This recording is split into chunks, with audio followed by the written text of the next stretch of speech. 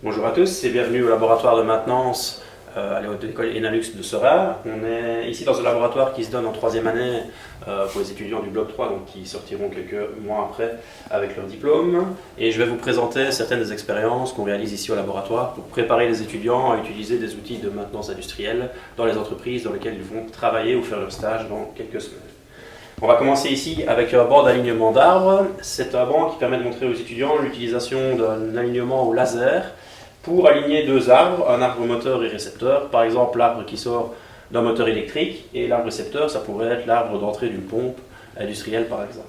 Il faut les aligner pour éviter que les vibrations apparaissent lorsque ces arbres sont en rotation. Plus ils tournent vite, plus il va y avoir des vibrations. Il faut donc essayer de les aligner le mieux possible pour éviter que ces vibrations apparaissent. On utilise donc un alignement laser comme celui-ci, posé sur les deux arbres, un module émetteur et un miroir qui renvoie le signal, pour pouvoir mesurer exactement la position des arbres et les aligner correctement pour éviter les vibrations en rotation. On utilise pour ce faire une tablette comme celle-ci, une tablette tout à fait classique avec une application comme celle qu'on utilise dans la vie privée. Cette application permet de mesurer régulièrement la position des arbres et de pouvoir faire des ajustements sur un plateau pour que les arbres soient parfaitement alignés. On rajoute des cales, on positionne le plateau différemment. Ça permet d'avoir un alignement parfait entre l'arbre moteur et récepteur pour pouvoir tourner à de hautes vitesses. On passe ensuite à l'expérience sur la caméra thermique. Donc dans cette partie du laboratoire, on va utiliser plusieurs petits bancs didactiques différents qui vont permettre aux étudiants d'utiliser une caméra thermique pour la première fois et surtout de voir quelles sont les limites dans l'utilisation d'une caméra thermique. On ne peut pas analyser ce qu'on veut de la manière qu'on veut, donc il faut absolument qu'ils apprennent les différentes limites et capacités d'une caméra thermique. Par exemple ici, on utilise la caméra thermique pour détecter le passage d'un tuyau de chauffage par le sol dans une dalle de béton. Ça permet aux étudiants de voir quelles sont les capacités d'une caméra. On utilise aussi d'autres types d'outils, par exemple 4 tuyaux de chauffage recouverts d'éléments différents ou fissurés, pour pouvoir exploiter les différentes limites de la caméra et parler de différents phénomènes physiques liés à l'utilisation des infrarouges, comme l'émissivité, qui est un problème qu'il faut absolument prendre en compte quand on utilise une caméra en entreprise.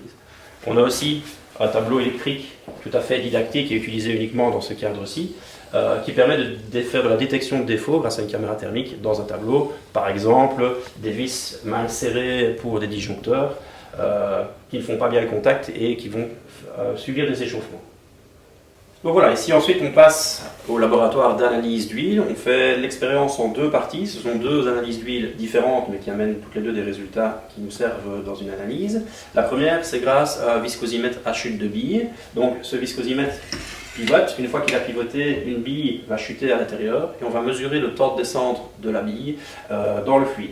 Grâce à ce temps de descente et d'autres paramètres qui sont propres au viscosimètre, on va pouvoir déduire la viscosité dynamique et la viscosité cinématique de l'huile. Ça va nous permettre d'analyser l'huile qui est en fonctionnement dans une machine depuis un certain temps pour vérifier que sa viscosité satisfait toujours aux exigences de la machine après un certain temps d'utilisation. Ça peut même être réalisé avant l'utilisation de la machine si on veut simplement avoir une valeur étalon avant la suite de notre utilisation de l'huile. Ensuite, la deuxième partie de l'expérience, c'est plutôt une analyse par filtration. On va forcer le passage de l'huile dans un filtre à travers ce système avec une pompe à vide. Une fois que l'huile est passée dans le filtre, on nettoie le filtre de toute l'huile qui pourrait être dessus. Et puis alors, on fait une analyse de ce filtre grâce à un microscope pour repérer la taille et la composition des différentes particules qui se trouvent dessus. Ça permet d'analyser les différentes particules et si l'huile est encore utilisable ou pas. Et comme type de particules, on peut retrouver des morceaux de joie ou des morceaux de particules métalliques qui pourraient se détacher pour se retrouver dans l'huile en fonctionnement.